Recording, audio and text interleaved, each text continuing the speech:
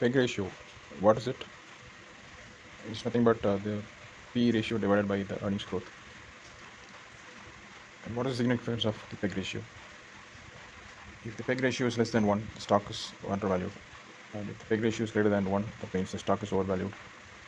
And if the PEG ratio is equal to 1, that means the stock is fairly valued.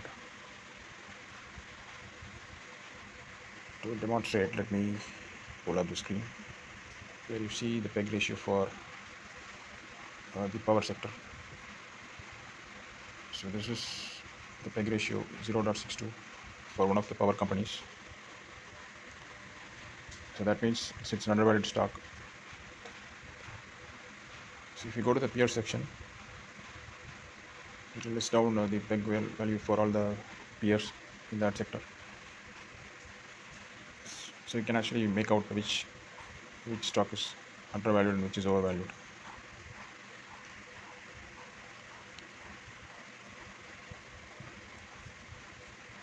And why the PEG ratio? Usually PE ratio is usually the PE ratio tracks the earnings growth. So when the earnings increase, the PE ratio will increase. When the earnings decrease, the PE ratio should decrease. So that's how it is. So let us say if the PEG ratio is greater than less than 1, it means that the earnings growth has moved ahead of the PE. So that should not be the case. So what will happen is the PE should catch up at some point with the earnings growth. So how will it catch up? It will catch up only when the price increases. So only when the price increases, the earnings is going to be the same. So only when the price increases, the PE will increase so that it will catch up the earnings growth.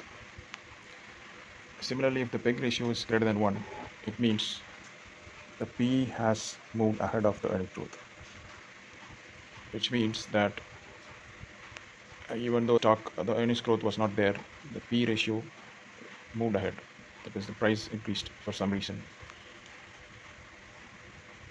So that's not a equilibrium situation. So basically what will happen is the price should come down so that the PE ratio once again equals the earnings growth.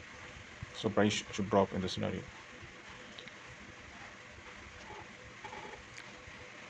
So that's pretty much to it on the PE PEG ratio.